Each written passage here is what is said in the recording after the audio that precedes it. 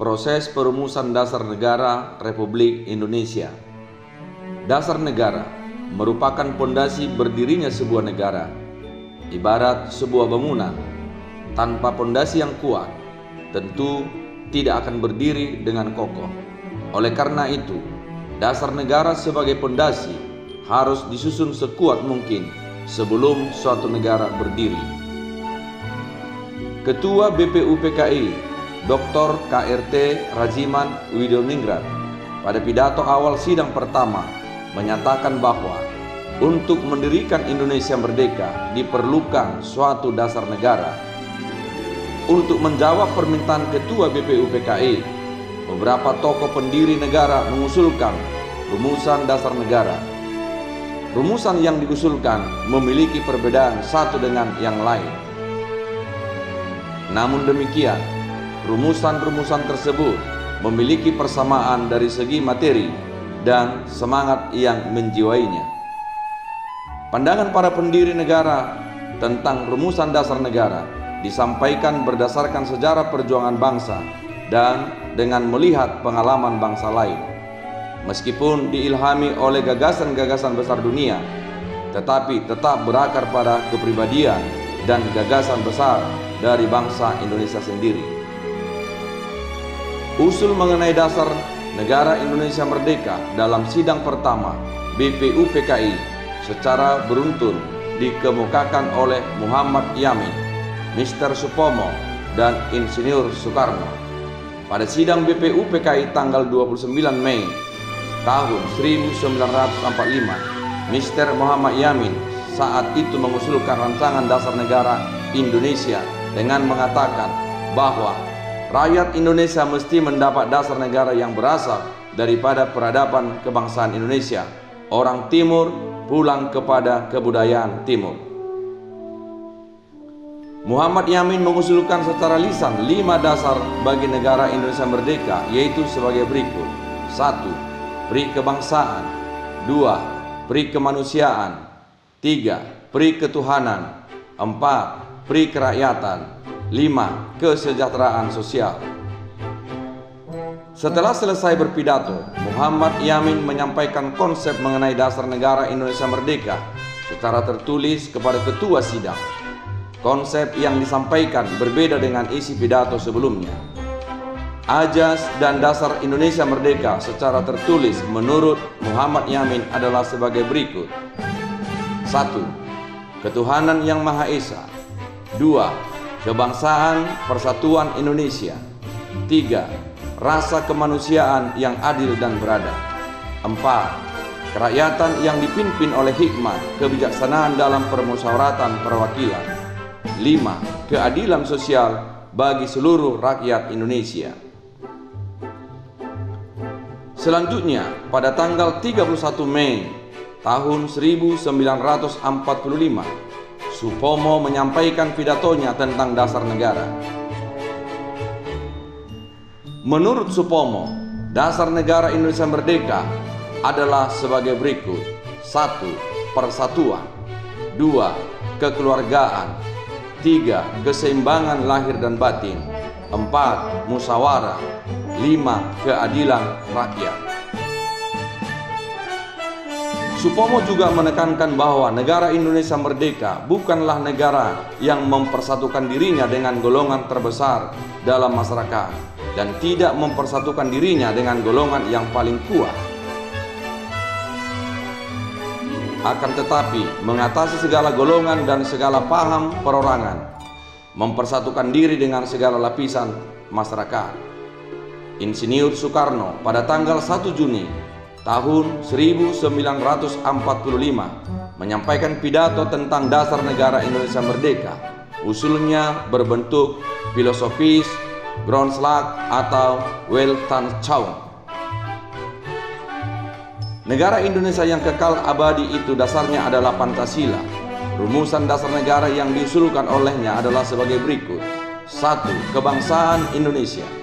2. Internasionalisme atau pri kemanusiaan. 3. Mufakat atau demokrasi. 4. Kesejahteraan sosial.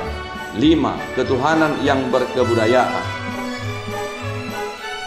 Insinyur Soekarno dalam sidang itu pun menyampaikan bahwa kelima dasar negara tersebut bukan dinamakan Pancadharma. Atas petunjuk seorang teman ahli bahasa, rumusan dasar negara tersebut dinamakan Pancasila. Sila artinya ajas atau dasar, dan di atas kelima dasar itulah mendirikan negara Indonesia yang kekal dan abadi. Pada akhir masa persidangan pertama, Ketua BPUPKI membentuk panitia kecil yang bertugas untuk mengumpulkan usulan para anggota yang akan dibahas pada masa sidang berikutnya. Panitia kecil beranggotakan 8 orang di bawah pimpinan Insinyur Soekarno dengan anggota terdiri atas Kiai Bagus Hadi Kusumo, Kiai Haji Wahid Hasim, Mr. Muhammad Yamin, Sutarjo, A.A. Maramis, Otto Iskandar Dinata, dan Dotrandus Muhammad Hatta. Panitia kecil mengadakan pertemuan untuk mengumpulkan dan memeriksa usul-usul menyangkut beberapa masalah, yaitu Indonesia Merdeka. Usul-usul yang telah dikumpulkan dimasukkan dalam beberapa golongan, yaitu 1. Golongan usul yang meminta Indonesia merdeka selekas-lekasnya. 2. Golongan usul yang mengenai dasar. 3. Golongan usul yang mengenai soal unifikasi dan federasi. 4. Golongan usul yang mengenai bentuk negara dan kepala negara. 5. Golongan usul yang mengenai warga negara. 6. Golongan usul yang mengenai daerah. 7. Golongan usul yang mengenai soal agama dan negara. 8. Golongan usul yang mengenai pembelaan. Dan 9. Golongan usul yang mengenai soal keuangan. Sesudah sidang Chow Sang In, panitia kecil mengadakan rapat dengan 38 anggota BPUPKI di kantor besar Jawa, Ho Pokai. Pertemuan tersebut membentuk lagi satu panitia kecil yang terdiri atas anggota-anggota sebagai berikut. 1. Insinyur Soekarno sebagai ketua. 2. Muhammad Hatta. 3. Muhammad Yamin. 4. A.A. Maramis. 5. Mr. Ahmad Subarjo. 6. Kiai Haji Wahid Hasim. 7. Kiai Haji Kahar Mujakir. 8. Haji Agus Salim. Dan 9. R. Aibikusno Cokro Sujoso. Panitia kecil yang berjumlah 9 orang ini dikenal dengan sebuah Panitia 9, bertugas untuk menyelidiki usul-usul mengenai perumusan dasar negara.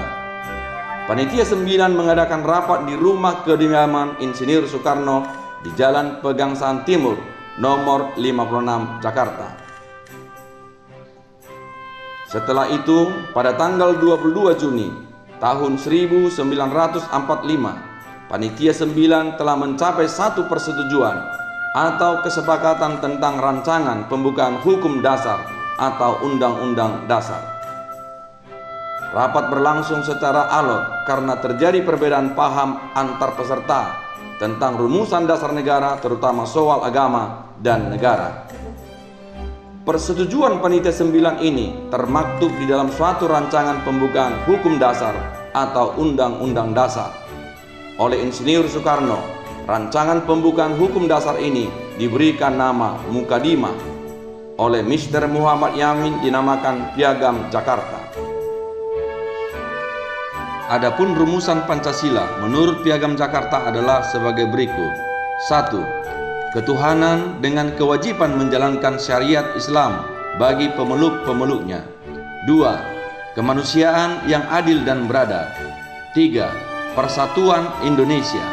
4. Kerakyatan yang dipimpin oleh hikmah, kebijaksanaan dalam permusyawaratan perwakilan. 5. Keadilan sosial bagi seluruh rakyat Indonesia.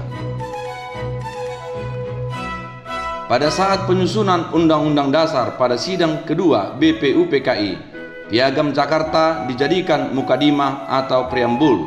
Selanjutnya, pada pengesahan Undang-Undang Dasar tahun 1945, yaitu pada tanggal 18 Agustus tahun 1945 oleh PPKI, istilah Mukadimah diubah menjadi Pembukaan Undang-Undang Dasar.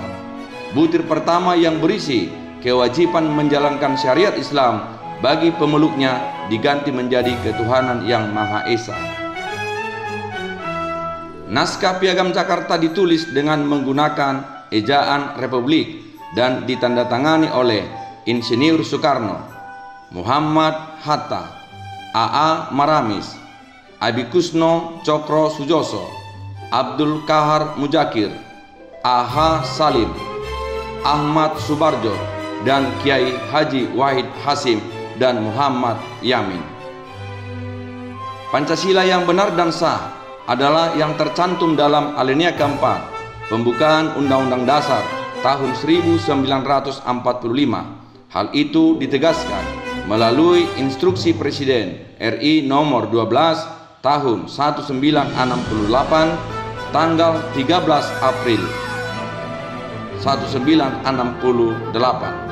Penegasan tersebut diperlukan untuk menghindari tata urutan atau rumusan sistematik yang berbeda yang dapat menimbulkan keracuan pendapat tentang isi Pancasila yang benar dan sesungguhnya.